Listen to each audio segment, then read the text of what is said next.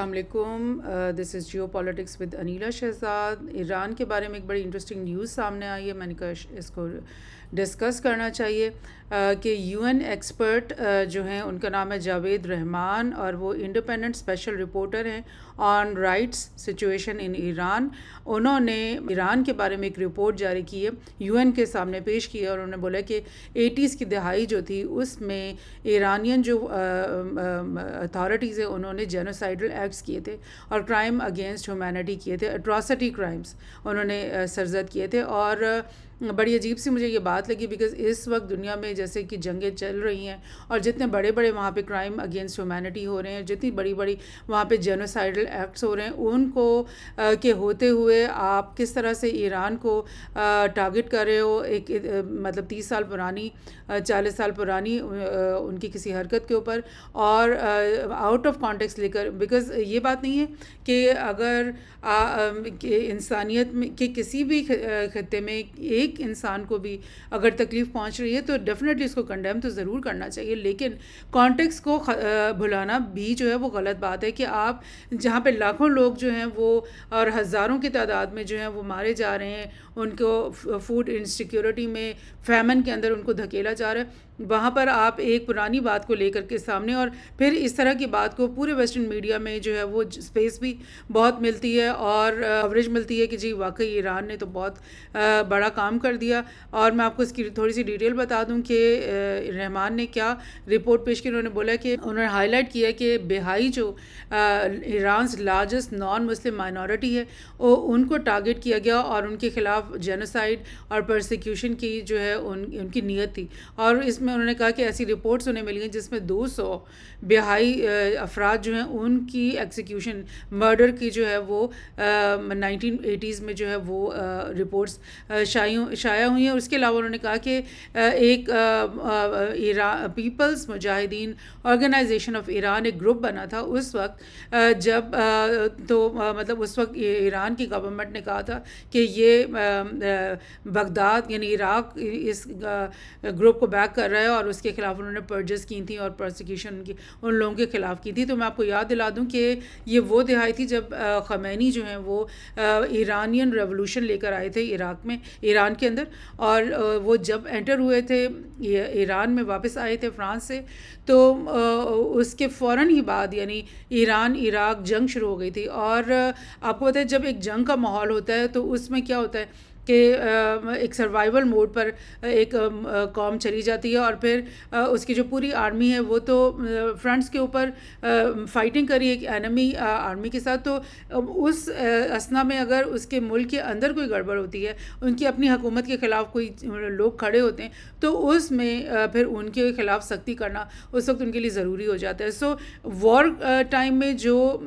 رویہ ہوتا ہے لوگوں کا اپنے عوام کے ساتھ حکومتوں کا وہ ڈفرینٹ ہو جاتا ہے تھوڑا سا. اب اس وقت جب کہ کوئی وار نہیں ہے ایران کے ساتھ, کسی اور ملک کے ساتھ ڈائریکٹلی وار نہیں ہے, تو اس وقت کیوں نہیں پرسیکیوشنز ہو رہی ہیں وہاں پر. 80s میں ڈیفینیٹلی ہوئی ہوں گی بیکاز ریولوشن آئی تھی, اور ریولوشن جو ہے وہ اکثر خونی ریولوشنز آتی رہی ہیں دنیا میں, لیکن آف کورس یہ ریولوشن ایسی کوئی خونی نہیں تھی. مگر آف کورس اگر یہ رپورٹ ہے بہائی کمیونٹی کے خلاف تو پھر اس میں کچھ نہ کچھ سچائی ہوگی. اور ہمارا دین ہمیں کیا بتاتا ہے کہ اگر آپ ایک انسان کی جان بچاتے ہو تو سمجھ لو کہ آپ نے پوری انسانیت کو بچایا. سو ہم نے اس کو مطلب یہ نہیں کرنا کہ ہم اس کو کہیں کہ کیوں رپورٹ پیش کی گئی. ڈیفینیٹلی اس بارے میں بھی انصاف ہونا چاہیے, لیکن یہ پراسپیکٹ سامنے ضرور رکھنا چاہیے کہ اسی کے مقابلے میں جو لاکھوں لوگ ان کے ساتھ ہو رہا ہے اس کے بارے میں ہیومینٹی کیا کر رہی ہے. سو اسی سے ریلیٹڈ میں آپ کو یاد کرانے کے لیے ایک دو جگہ سے UNHCR کی یہ رپورٹ سیریا کے اندر ایمرجنسی کس قسم کی ہے, یہ 1 سال پہلے انہوں نے یہ رپورٹ نکالی تھی کہ 15 ملین میں 10 لاکھ ہوتے ہیں, تو 15 ملین 150 لاکھ ہو گئے نا. یہ لوگ جو ہیں سیریا کے اندر اس وقت ان کو ہیومینیٹیرین اسسٹنس اور پروٹیکشنز کی ضرورت ہے, یعنی اتنی وہاں پہ برے حالات ہیں. اور 6.8 ملین جو ہیں وہ انٹرنلی ڈسپلیس ہیں ملک کے اندر, اور 5.2 ملین جو ہیں وہ ملک چھوڑنے پہ مجبور, کچھ ترکی میں, لیبنان میں, جارڈن, عراق اور ایجپٹ میں گئے ہوئے ہیں. تو یہ کیوں ہوا کیونکہ جب سیرین سول وار شروع ہوئی ریبل فورسز بشار الاسد کے خلاف کھڑے ہو گئے. اس وقت تمام دنیا کی جو فورسز ہیں اسپیشلی ویسٹرن ممالک کی فورسز وہ اندر کود آئیں ان ریبلز کے خلاف کے حق میں اور اسد کے خلاف. اور آپ سوچیں کہ جب تک وہ سول وار شروع نہیں ہوئی تھی تب تک تو کوئی کلنگس نہیں تھی سیریا کے اندر, تب تک تو وہاں پہ کوئی انٹرنلی ڈسپلیس نہیں تھے, تب تک تو وہ لوگ سکون سے زندگی گزار رہے تھے. تو یہ سب کچھ کیوں ہوا, کب ہوا؟ جب وہ ریبلز وہاں پہ کھڑے ہوئے اسد کے خلاف, اور پوری دنیا کی جو فوجیں نیٹو اور اسپیشلی اور جو فیکٹرز ہیں ایلیمنٹس ہیں انہوں نے اس کو ایک پراکسی تھیٹر گراؤنڈ بنا دیا اور سب وہاں پہ کود آئے اندر اور اس ملک کو جو ہے نا ٹوٹلی ڈسٹرائے. پوری سٹیز جو ہیں وہ ریز ڈاؤن ہو گئیں, تباہ ہو گئیں, کمیونٹیز تباہ ہو گئیں, اور یہ نمبرز جتنے لکھے ہیں اس سے بھی شاید زیادہ ہی وہاں پہ ہلاکتیں ہوئیں. تو یہ کس طرح ہوئیں؟ بشار الاسد کی وجہ سے تو نہیں ہوئی نا, یہ تو اس وجہ سے ہوئی کہ آپ نے اس ملک کو ایک اپنا پلے گراؤنڈ بنا دیا پراکسی وار کا. اسی طرح میں آپ کو ریمائنڈ کروا دوں عراق میں کیا ہوا تھا. 2003 میں یو ایس نے انویڈ کیا, 2011 میں انہوں نے سمبولکلی تو وہ چلے گئے وہاں سے, لیکن جو ہے اس وقت تک 500,000 یعنی 5 لاکھ جو ہے ان کے مطابق لوگ جو ہے شہید ہو گئے تھے, 9.2 ملین ڈسپلیس تھے, اور 4.7 ملین جو ہے وہ فوڈ انسیکیورٹی کا شکار تھے. سو یہ حالات کر کے تو آپ جا رہے ہو, کیا یہ سب کچھ جو آپ کی انویژن کی وجہ سے ہوا؟ اس سے پہلے جب صدام کی حکومت تھی, آپ فیکٹس اینڈ فگرز نکال کے دیکھیں تو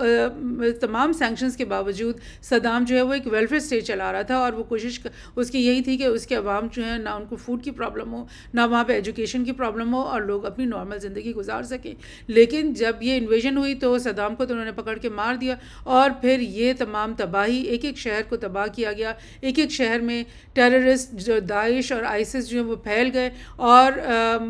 یو ایس اسی بہانے سے کہ جی ٹیررسٹ کا وار اگینسٹ ٹیررزم کریں تو وہ آ کر جو ہے وہاں پہ انہوں نے انویژن کر لی, اور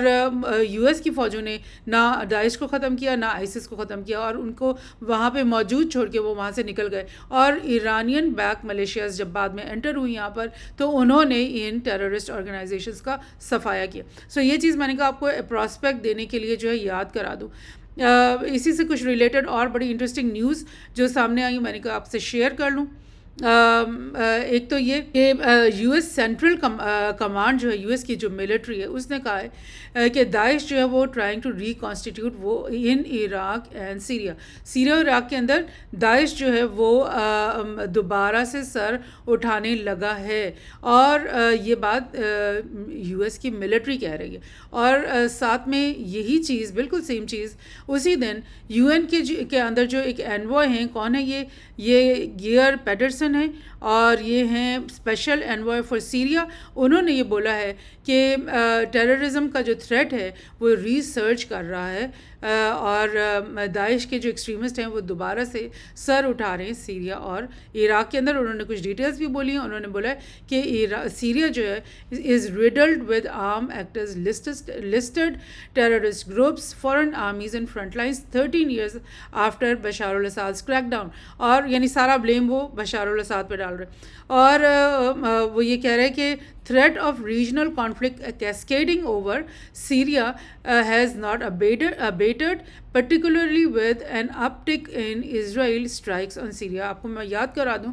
کہ جب سے غزہ اور اسرائیل کی وار شروع ہوئی ہے 10 مہینے سے زیادہ ہو گئے ہیں, اور اس وار میں اسرائیل نے 35,000 سے زیادہ 38,000 سے زیادہ جو ہے غزہ کے لوگوں کو شہید وہ کر چکا ہے. ڈیلی وہاں پہ وہ 150 لوگوں کو وہ ہلاک کر رہے ہیں اسرائیل کی فوجی, بالکل ان پروپورشنیٹ فورس یوز کر رہے ہیں. ان کو تو کوئی نہیں کہہ رہا کہ یہ جینوسائیڈ ہے, ایون کہ یو این نے کہہ دیا کہ یہ جینوسائیڈ ہے, اور انٹرنیشنل کرمنل کورٹ نے 1 مہینے پہلے کہہ دیا کہ بنجامن نیتن یاہو کو گرفتار کر لیں کیونکہ اس نے جینوسائیڈ بپا کرا ہوا ہے غزہ کے اندر. لیکن ویسٹرن میڈیا میں اس کو ایک مذائقہ خیز بات کی طرح ٹال دیا جاتا ہے, جبکہ یہ اس طرح کی جو بات ہے ایران اور سیریا کے خلاف جو جاری اس کو یہ کوریج ملتی ہے. تو بہرحال یہ انہوں نے بولا ہے کہ اسرائیل کی جو حملے ہیں سیریا کے اندر وہ بہت زیادہ بڑھ گئے ہیں غزہ اسرائیل وار کی بعد. اور ظاہر اسرائیل تو یہی کہتا ہے کہ یہ جو لوگ ہیں حزب اللہ ہے یا اور یہ میرے پہ اٹیک کریں سو میں ان کو ریٹیلیٹریلی اٹیک کر رہا ہوں. تو لیکن یہ نہیں یہ لوگ کہہ رہے کہ بھئی تم بغیر کسی مینڈیٹ ہے یو این سے اپروول لیے بغیر سیریا اور عراق میں کیوں حملے کر رہے ہو, اس سے تم باز آ جاؤ. بلکہ اس کے بدلے میں وہ یہ کہہ رہے ہیں, پرڈسن جو ہے وہ یہ کہہ رہا ہے جو اسرائیل کے حملے اس کی وجہ سے داعش اور آئسس سر اٹھا رہے ہیں. کیوں بھائی, وہ تو وہاں پر تو ایران بیک ملیشیاز ہیں اور ایران بیک ملیشیاز نے تو ان کا پہلے ہی صفایا کر دیا. 2017-18 میں انہوں نے اعلان کر دیے تھے کہ داعش اور آئسس کا ہم نے یہاں سے صفایا کر دیا. تو اب اگر وہ اٹھیں گے پنپ کے نکلیں گے تو دیٹ مینس کہ کوئی فورن جو فورسز ہیں وہ ان کو دوبارہ فنڈنگ کر رہی ہیں, وہ ان کو دوبارہ ویپنز دے رہی ہیں, وہ ان کو دوبارہ سے اٹھا رہی ہیں, کیونکہ ایرانین بیک ملیشیاز تو ان کو مطلب ان کے ساتھ دشمن ہیں. سو یہ چیزیں چل رہی ہوتی ہیں اور اس طرح کے نیریٹو بلڈ کر کے اور اس طرح کی مطلب ایک پکچر بنا کر کے نہ صرف ایک مطلب یہ ایک صرف نیریٹو بلڈنگ نہیں ہوتی بلکہ اسی نیریٹو کے بیس پہ کچھ مہینے بعد کچھ سالوں کے بعد ایکشنز بھی لیے جاتے ہیں. So it's very important to understand کہ یہ نیریٹو بلڈنگ کس طرح ہوتی ہے, کیوں کی جاتی ہے اور کیسے یہ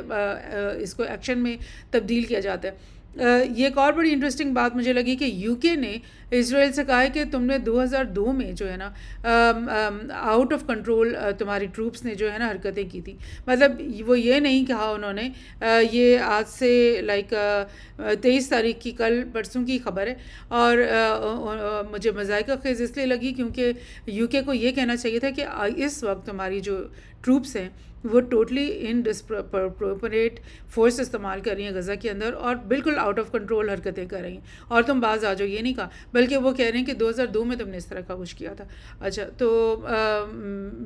تھوڑا سا یہ میں آپ کو اس سے ریلیٹڈ مجھے یہ نیوز لگی کیونکہ ایران کو دبانے کے لیے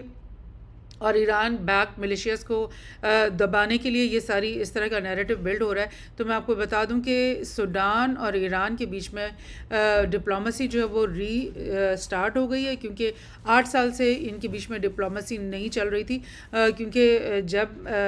سعودی عرب کی ایران کے ساتھ ڈپلومسی ختم ہوئی تھی 8 سال پہلے انہوں نے ختم کی تھی, تو کیونکہ سوڈان بھی سعودی کا ایلائی ہے, بہت اسٹانچ ہے اور اس وقت بہت زیادہ قریب تھا, تو انہوں نے بھی اپنی ایمبیسی وہاں سے ختم کر دی تھی. اور اب جب کہ ایران اور سعودی کی ریپروچمنٹ ہو گئی ہے, دوستی ہو گئی ہے, تو اس کا بہت زیادہ اچھا افیکٹ آ رہا ہے ایران کے لیے. اور بشار الاسد کو آپ نے دیکھا کہ اس کو عرب لیگ میں ری انٹر کر لیا گیا اور سوڈان نے اب جو اپنا ایمبیسڈر ہے وہ ایران میں بھیج دیا اور ایرانین ایمبیسڈر جو ہے وہ پہنچ گئے ہیں سوڈان کے اندر. سو یہ بہت خوش آئند بات ہے بیکاز ہمارا جو ریجن ہے پاکستان سے کے ارد گرد ریجن ہے وہ کیا ریجن ہے, وہ افغانستان ہے, وہ ایران ہے, وہ مڈل ایسٹ ہے اور یہ ہمارے فرسٹ ڈور نیبرز ہیں. چائنا ہمارا فرسٹ ڈور نیبر ہے اور کشمیر ہمارا فرسٹ ڈور نیبر ہے. تو ہمارے لیے تو یہی بہتر ہے نا کہ ہمارے ریجن کے اندر اختلافات, کانفلکٹس, جنگیں ختم ہو جائیں اور تمام ممالک جو ہیں اسٹیبل ہو جائیں. جب اسٹیبلٹی آئے گی, ایک جب پیس آئے گا آپ کے ریجن میں, تو وہ ایک گراؤنڈ لیولنگ ہوئے گی جس کے اوپر جو ہے پروگرس کی اینٹیں رکھی جاتی ہیں, جس کے بغیر, پیس کے بغیر آپ کوئی ٹریڈ نہیں کر سکتے, آپ کوئی ایک دوسرے کے ساتھ لانگ ٹرم پلاننگ نہیں کر سکتے. So this is very good for the whole region کہ لوگوں کے اختلافات ختم ہوں, ایک دوسرے کے اوپر قریب آئیں, انٹیگریشن ہو آپس کی اور پروگرس کی طرف پورا ریجن ایز اے ہول جو ہے وہ آگے کو جاتا ہوا دکھائی دے.